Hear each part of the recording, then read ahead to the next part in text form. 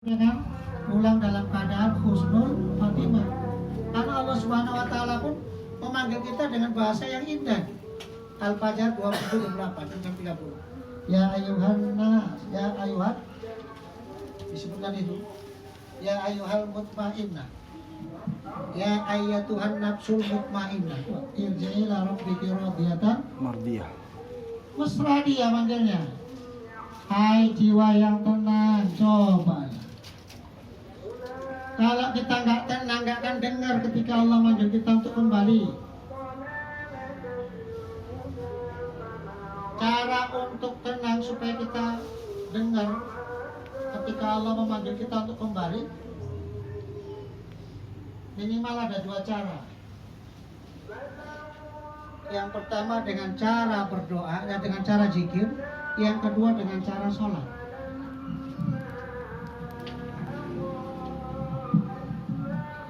Sholat yang kemana? Sholat yang di tahap kedua atau makam kedua. Kalau sholat di makam yang pertama namanya sholat adnaid, paling rendah dia. Sholat yang paling rendah itu kayak mana rupanya? Ketika dia sholat harapannya satu, memenuhi kewajiban. Kedua, takut gak dapat surga. Yang ketiga, takut neraka. Yang keempat, takut siksaan. Yang kelima, takut dosa. Masih mempunyai rasa takut ya, makanya dia sholat. Berarti dia sholat punya pamrih. Di sujud terakhir dia mohon sama Allah murah rezeki, ya kan? Murah rezeki, sehatkan aku, mudahkan segala urusanku. Ketika dia sholat duha, ya Allah murahkan rezekiku, lancarkan usahaku. Ketika dia puasa Senin Kamis, ya Allah jangan terlalu menderitakan aku hidup di dunia ini dalam hal mencari rezeki. Coba di balik susah, puasa itu kan susah, mudahkan sama aku perjalanan hidupku dalam rangka mencari rezeki untuk membahagiakan istri dan anakku. Apalagi sholat tasbih gitu juga, sholat duha gitu juga, puasa Senin Kamis gitu juga. Subhanallah, semua yang dikerjakan punya pamrih. Kalau seperti ini nggak dengar. Kalau sholat model seperti itu nggak dengar. Wah, makanya nggak usah heran Bapak dan saudara sekalian. Pak Ustadz, apa?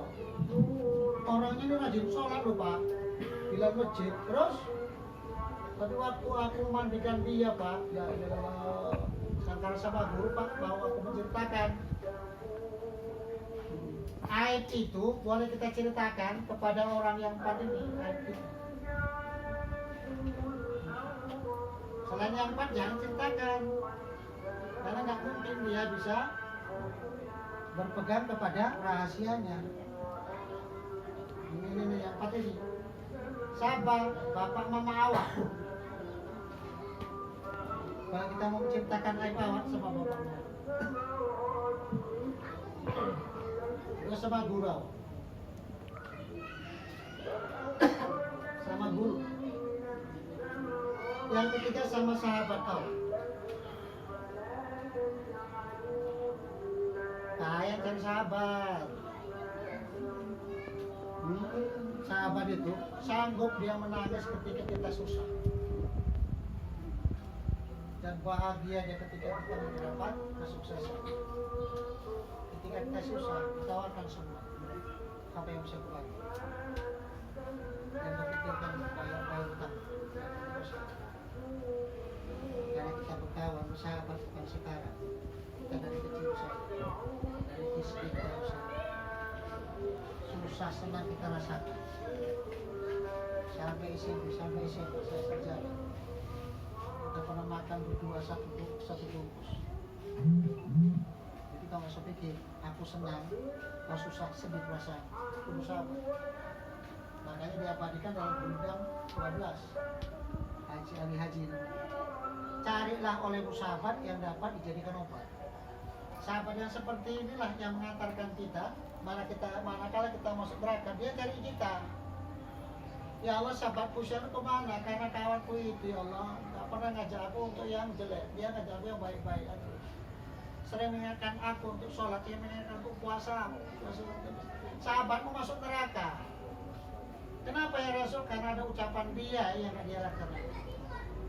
Oleh sebab itu ya Rasul, ya Allah, oleh sebab itu ya Allah, aku nggak bisa kalau sendirian aku tanpa dia. Izinkan aku ya Allah untuk menjemput dia, silakan. Itu namanya apa? Syafaat Allah diizinkan untuk kita. Cuman syafaat yang nomor 7 kita.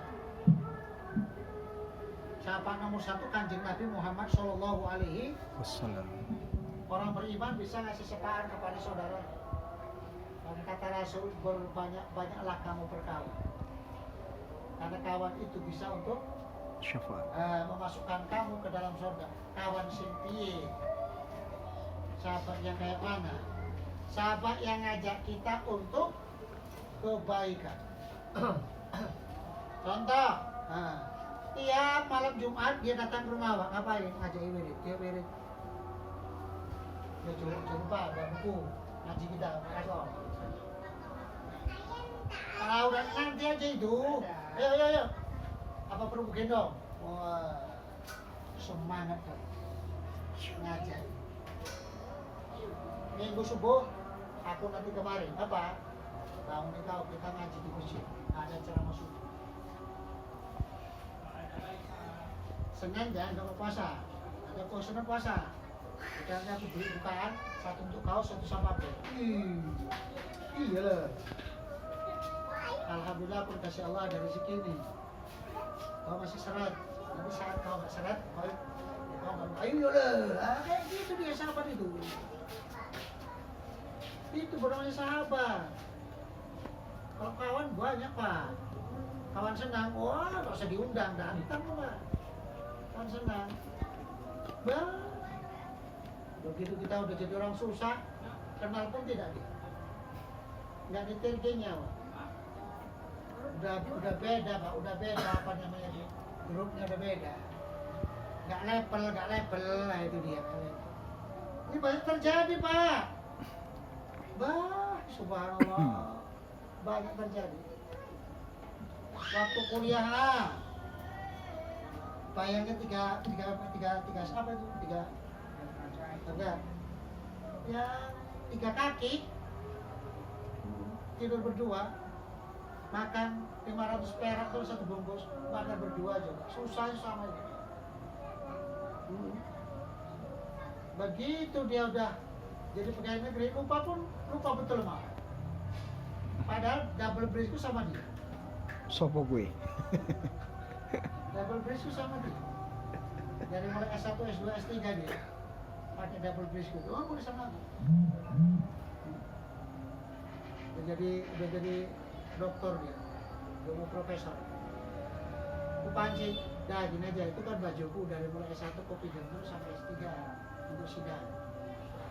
Kapan kita ketemu, kita nanti tempatkan kita berdua di tukang jahit.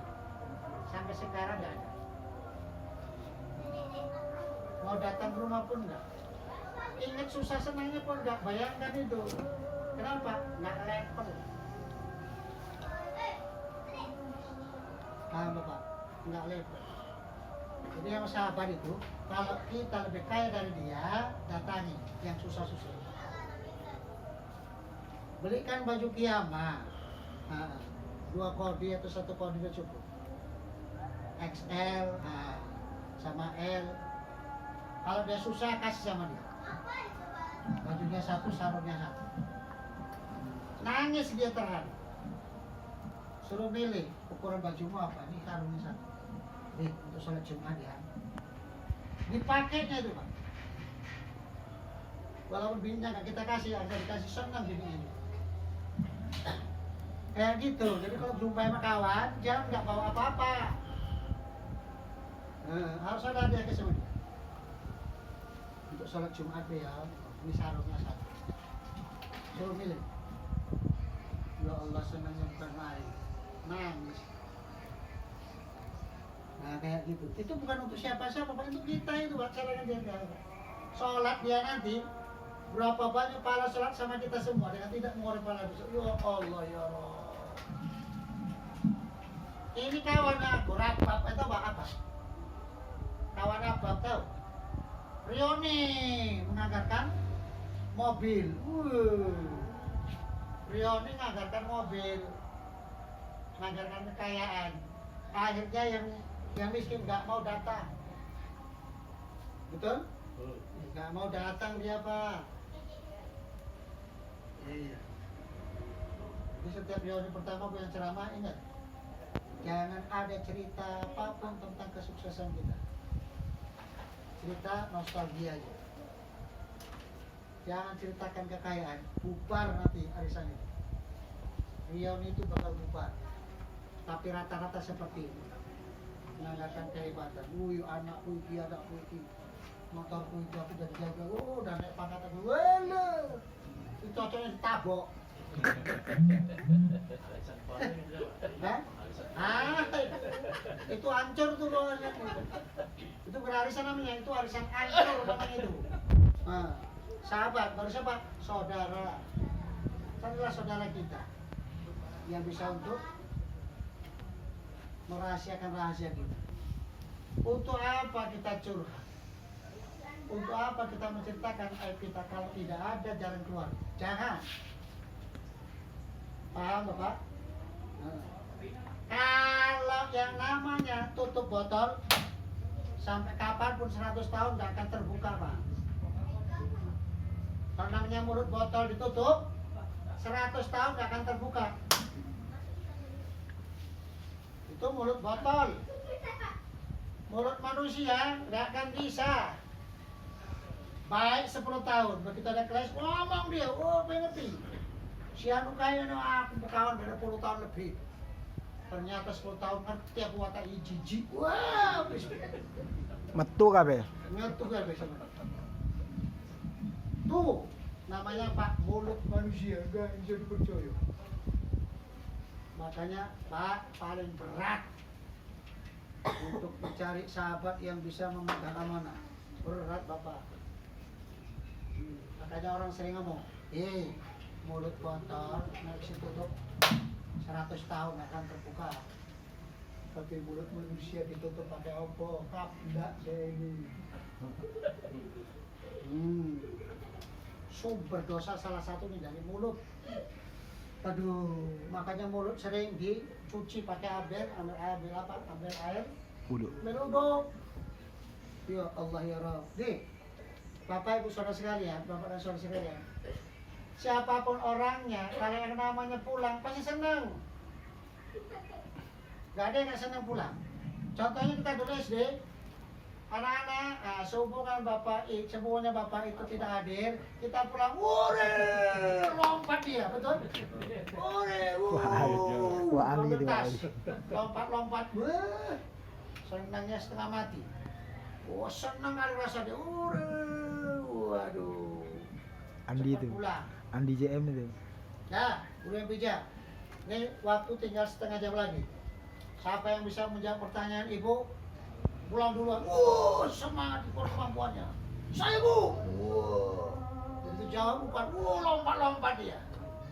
Betul? Pulang tuh paling menyenangkan, Pak. Ketika kita haji 40 hari, nah, begitu besok mau pulang, subhanallah, ada dua situ. Ada sedihnya, ada gembiranya. Iya coba aja. Ada sedihnya, ada gembiranya situ. Besok mau pulang. Ditandai dengan tawaf ibadah. Nangis aja tuh nangis, sebelum nangis. Kenapa nangis? Ada sedihnya, ada gembiranya. Sedihnya aku meninggalkan Masjidil Haram ini, sedih. Apa bisa aku kembali lagi apa enggak ya? Ya Allah, kau panggil aku lah untuk kembali lagi. Allah, enggak bisa terasa aku untuk berpisah sama kamu. Nengok Masjidil Haram aja aku senang ya Allah, apalagi bisa ketemu sama kamu. Itu sedihnya nangis, sedih kita besar pun nangis. Gembiranya kita ketemu lagi dengan saudara-saudara kita, keluarga kita, anak kita di rumah. Itu gembiranya. Orang pulang haji aja gembira kalau pulang. Betul? Orang merantau, naik angkot pun jadi dia. Jalan kaki pun jadi dia. Karena mau pulang kampung dia. Merantau dia di Jawa, jalan kaki pun jadi. Saking kepinginnya pulang dia. Kalau mau nengok tahu apa dulu, hari apa namanya, kampung halaman, mudik dia. Senangnya bukan main tuh bang, bahagia. Siapa orangnya bukan pulang, senangnya bukan pulang dari kerjaan, senang nggak? Waduh, Bapak, karena ini waktunya pun sudah jam 4 katanya. Kita nggak usah sampai jam 6 Pak. Hari Sabtu kita pulang cepat. Wadah merah-merah. Alhamdulillah bisa kondangan. Alhamdulillah bisa bawa anakku pulang cepat hari Sabtu. Senang nggak? Senang. Wah. Tapi kenapa ketika kita pulang? Ke kampung halaman yang kekal dan abadi, ini kok pada takut? Ini kenapa kok pada takut? Gak diambil pelajaran. Enak aja ucapan dia, innalillahi.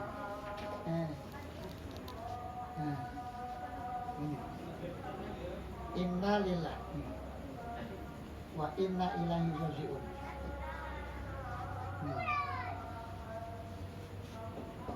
Wah, enak aja ucapin. Surah Al-Baqarah 155, 56. Kita dari Allah kembali kepada Allah. Seharusnya kita bilang, alhamdulillah, semoga sukses kau kembali kepada Allah ya. Gak ada halangan di jalan. Kok malah kita yang takut? Ya kita ambil pelajaran. Rasul bilang suruh ambil pelajaran kan orang meninggal. Itu makanya sunat hukumnya ketika kita takziah jangan di luar. Masuk, assalamualaikum. Pak, banyak perempuan asal udah assalamualaikum dikasih jalan tuh. Makanya kita masuk 2 orang atau 3 orang. Karena itu ada perintah dari Rasul. Kata bil mauti wal idhar, cukuplah kematian itu menjadi pelajaran sama kamu, menjadi penasihat sama kamu. Kita buka. Bismillahirrahmanirrahim. Rasulullah SAW. Kita lihat gaya dia mati. Kalau dia matinya tenang, ya Allah minimal kau matikan aku seperti ini. Kalau ternyata matinya tidak tenang, ya Allah jangan kau matikan aku seperti dia. Kayak gitu. Dalam artian ini, senang tenangku ya, cepat balik. Apa pilihanku ya? Ini bukan, ya Allah mudah-mudahan aku jangan mati-matilah, belum banyak persiapan. Ada persiapan, nggak ada persiapan yang namanya mati pasti. Yang paling ngeri mati itu kita nggak bawa bekal apa-apa. Mau pulang kampung nggak bekal apa-apa, coba apa sesara di jalan. Duit nggak ada, pakaian nggak ada, apa udah ada. Yang paling menyenangkan pulang kampung sudah persiapan dia.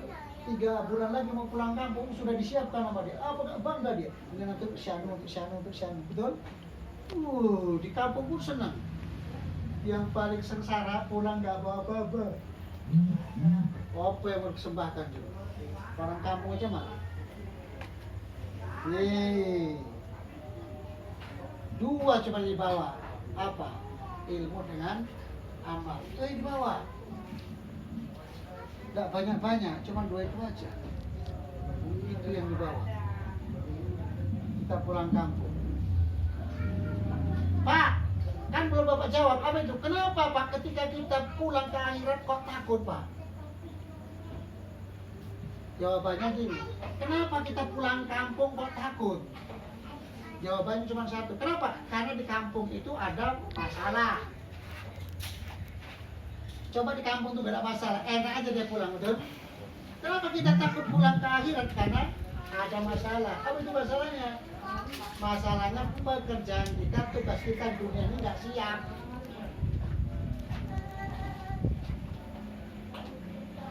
Nah, tugas kita sebagai manusia di dunia ini gak siap. Macam mana kita mau pulang? Nanti ditanya, kenapa PR-mu nggak kau siapkan? Di sini nggak bisa menyiapkan PR. Di sini hanya menanya. Kerjakan PR tuh di dunia. Sama dengan guru, kerjakan PR tuh di rumah, bukan di sekolah. Sekolah belajar, situ tempat kau. Angkat kakimu satu. Wah, iya, sampai setengah 12. Buka baju kau. Buka baju. Sana hormat bendera. Hormat bendera. Aduh. Peringatan derajat. Itu di dunia masih ada kesempatan.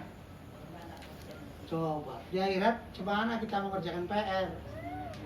Tugas manusia secara garis besar di dunia ini dua. Yang pertama sebagai hamba Allah. Yang kedua sebagai khalifatullah. Itu dia. Sebagai hamba Allah, nih nanti bisa dilihat dalam Quran surat Az-Zariyat. Zariyat ayat 56. Ajaran 50. Nah, itu tugas pertama sebagai hamba Allah. Wa ma khalaqatul jinna wal insa illa liya'budun. Aku ciptakan jin dan manusia kecuali untuk menyembah kepadaku.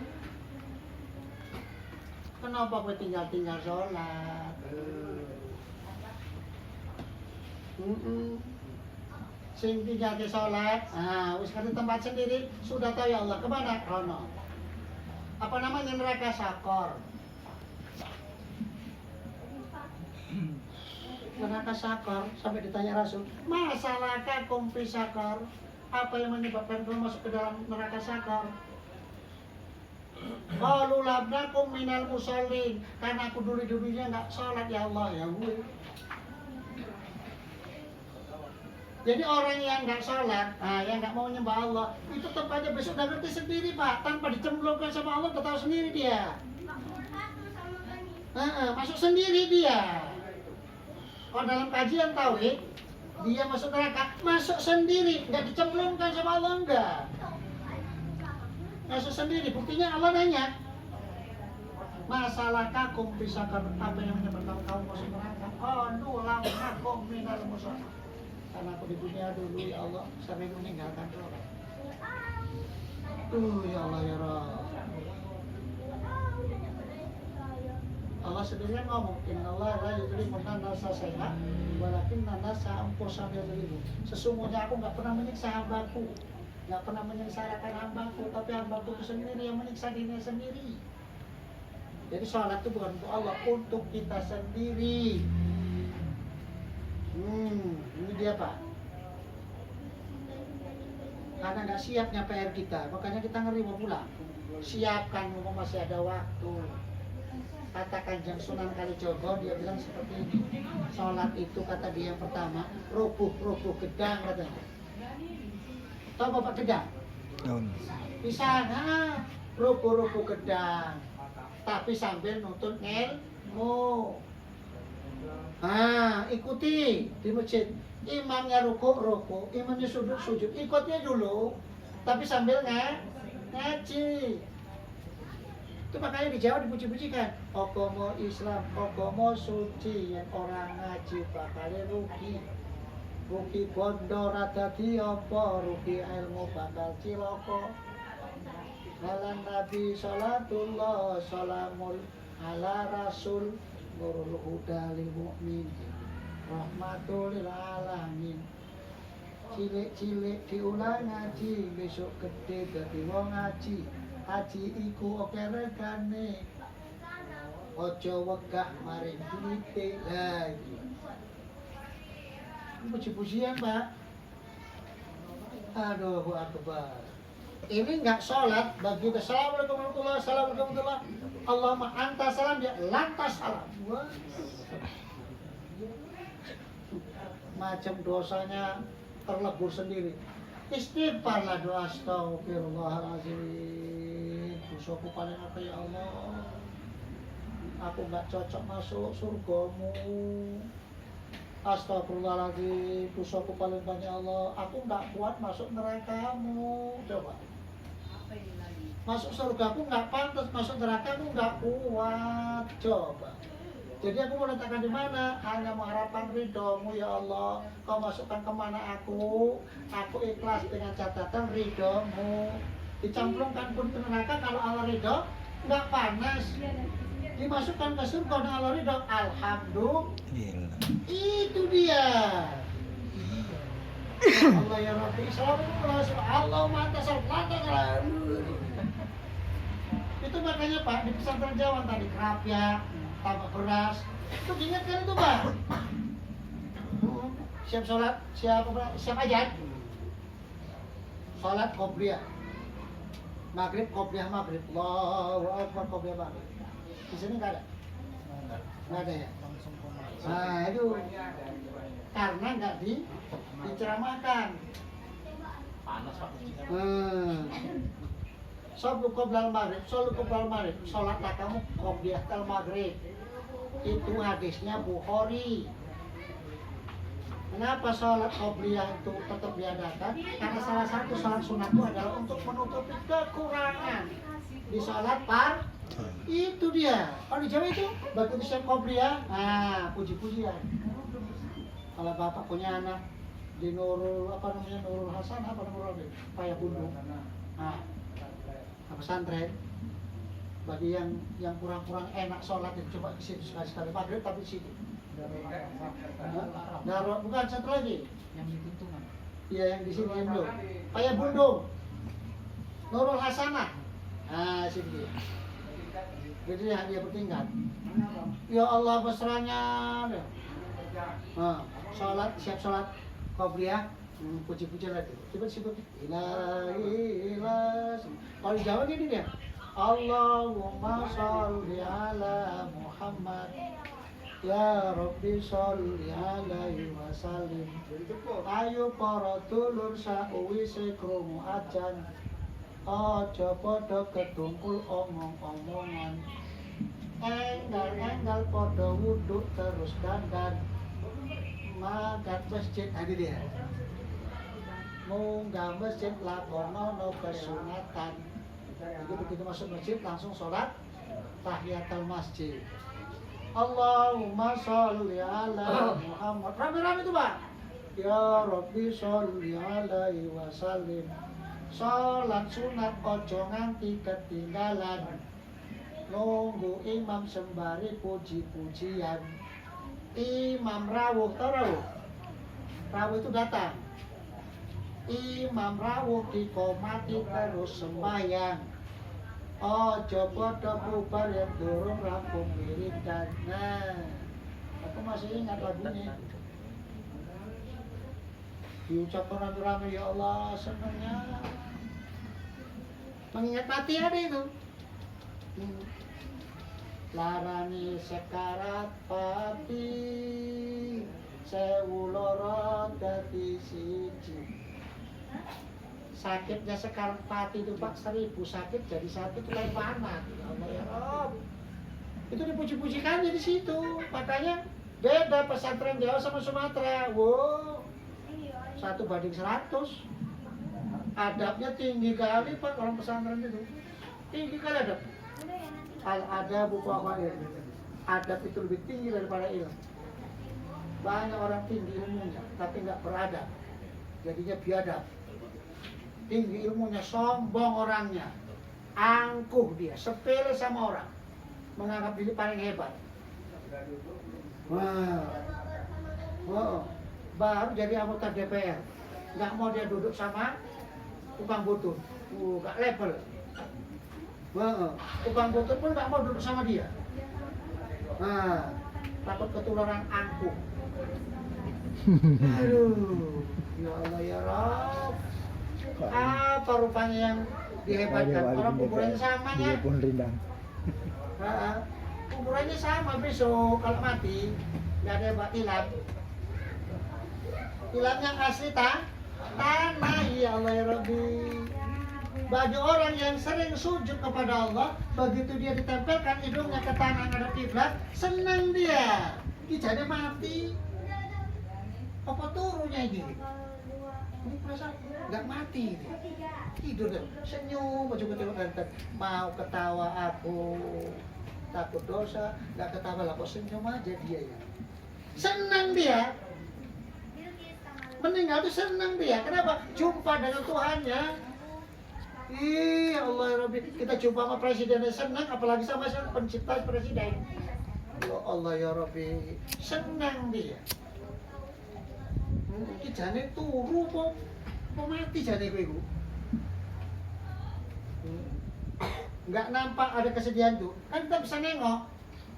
Kalau orang senang sama orang yang susah, dari poros mukanya, ya Allah senangnya aku meninggal dunia ya Allah. Kapan ninggalin? Iku mau bar salat subuh. Pas salat subuh nasi mumet. Ya Allah meninggal dunia dalam keadaan masih berawal udhu, masih dalam keadaan suci bersih. Ya Allah ya Rabbi, senangnya aku ya. Tadi yang meninggal dunia sujud di masjid, sujud tadi dia Allah sedangnya. Maka paling enak mati di masjid. Iya Pak, paling enak mati di masjid. Wih, paling bahagia. Gak usah Bapak ngurus-ngurus lagi Pak. Itu diurus oleh BKM masjid, semua diurus sama dia. Semua biaya ditanggung jawab tuh oleh BKM Pak. Kalau mati di masjid. Sedangkan melahirkan di kapal aja semua ditanggung sama apa? Iya, jadi anak kapal sampai kuliah ditanggung. Masuk situ bawa berapa kali dia naik kapal tuh nggak bayar, makan suka dia orang anak kapal. Apalagi di masjid. Kalau ada orang meninggal di masjid, kalau ada BKM bilang tuh biaya dari keluarga, itu BKM picek matanya itu. BKM picek matanya itu. Perlu tembak tuh matanya itu biar bolong dua-dua itu. Nggak ngaji deh.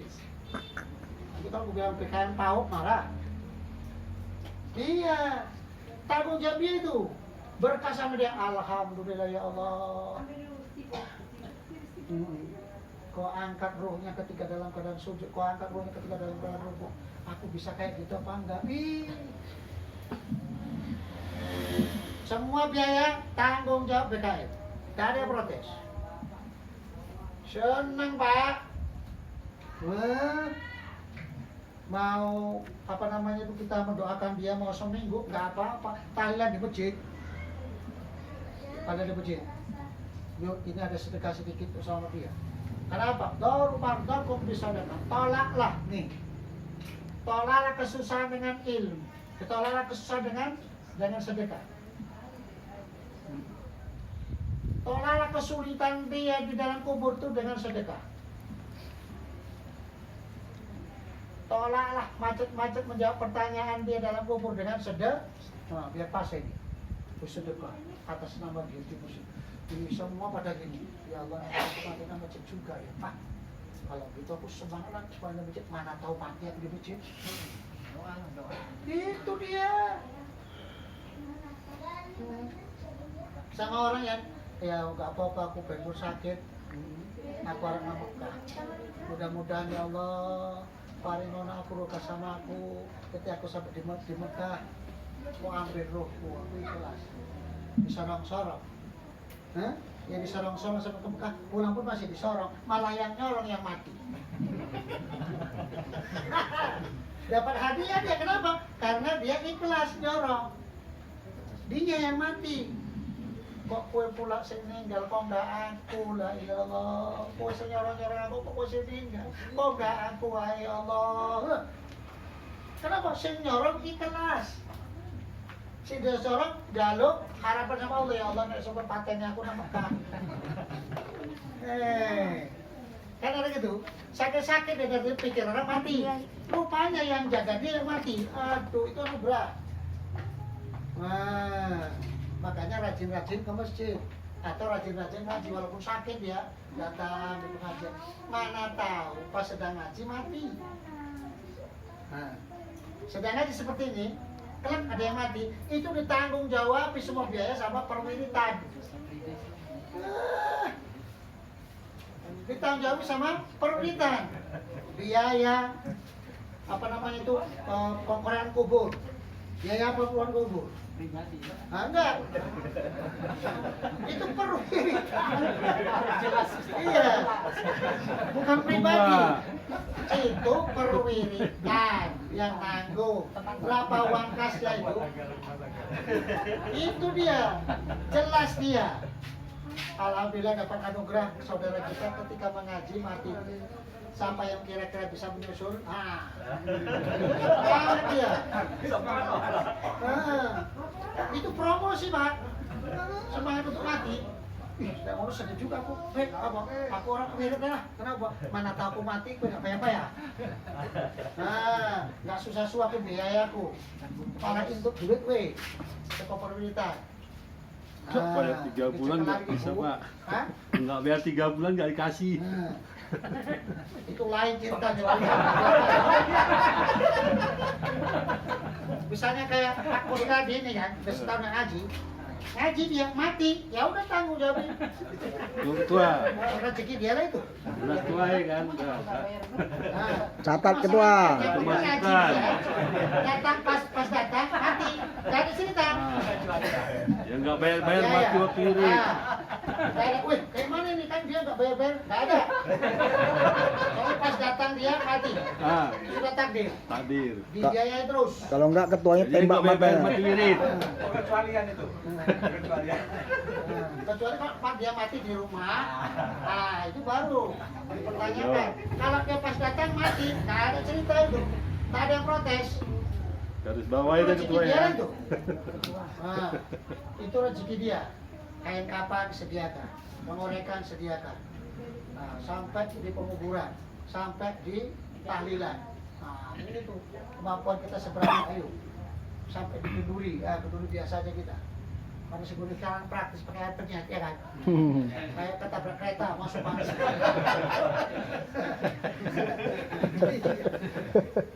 Iya kan? Nah itu Pak. Makanya Bapak jangan nggak semangat. Ngikuti perwiritan, mana tahu pas pada waktu wirid mati. Enak ngomong. Aduh, enak ngomongannya.